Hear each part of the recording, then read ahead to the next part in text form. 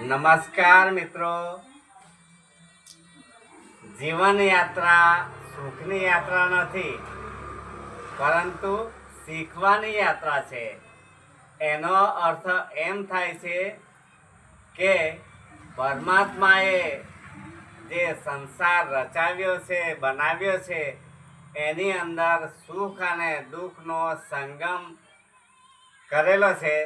એટલે એમાંથી આપણે શીખવાનું છે। શીખવાનું એ છે કે આ પરમાત્માએ આપણને એક મનુષ્ય દેહ જિંદગી આપી છે, શા માટે આપી, કઈ રીતે જીવવાની, અને એ આપણે એમાંથી શીખવાનું છે। અને આ જીવન યાત્રામાં સુખ અને દુઃખ તો દરેકના જીવનમાં વારા ફરતી આવે જ છે ને આવવાનું જ છે, પણ સુખ દુઃખ અને સંઘર્ષની સાથે આપણે આ જિંદગી માણીએ અને એમાંથી જ સુખ અને દુઃખ આપણને દુઃખી કરવા નથી આવતા, એ આપણને મજબૂત બનાવવા માટે આવે છે। એમાંથી આપણે મજબૂત બનીને આ જીવન યાત્રાને સફળ બનાવીએ અને જ્યારે પાછા આપણે પરમપિતા પરમાત્માના ઘરે જઈએ ત્યારે આપણને પણ પરમાત્માને મળવાનું મન થાય એવા સારા કર્મો કરીએ અને આ ધરતી પર એક આપણા કર્મોના ફળ બીજ મૂકી દે, જે આવનારી પેઢીને પણ ઉપયોગમાં આવે।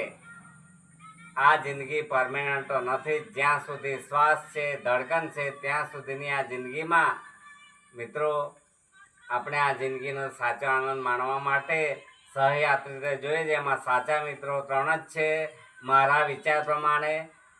એક છે સાચી ધર્મપત્ની, બીજો છે સાચો મિત્ર, અને ત્રીજો છે જેણે આપણને બનાવ્યા છે એ ભગવાન। એ જ આપણા દિલની વાત સમજી શકે છે। નહીં તો આ દુનિયામાં જ્યારે ખરાબ દિવસોમાં દુનિયા તાળીઓ પાડશે, પણ આપણા દિલની વાત જે સમજે એ જ સાચા સાથી છે। સુખના દિવસોમાં તો આપણને લાગે કે બધા જ મારા, પણ જોજો જ્યારે ખરાબ સમય આવે ને ત્યારે આપણા કોણ તે સમજાય જ જશે। તો અંતે મારે એટલું જ કહેવું છે કે હંમેશા જિંદગીને ગમે જેવા સંજોગોમાં હસતા ચહેરે માણવા માટે ભગવાન શ્રી કૃષ્ણને આદર્શ માનીએ તો એમનો જન્મ મથુરાની જેલમાં થયો અને દ્વારકાની સોનાની નગરીમાં રાજા બન્યા, ત્યાં સુધી એમના જીવનમાં પણ અનેક સંઘર્ષો આવ્યા એમના માર્ગમાં, છતાં એમના ચહેરા પરનું હાસ્ય ગયું નથી।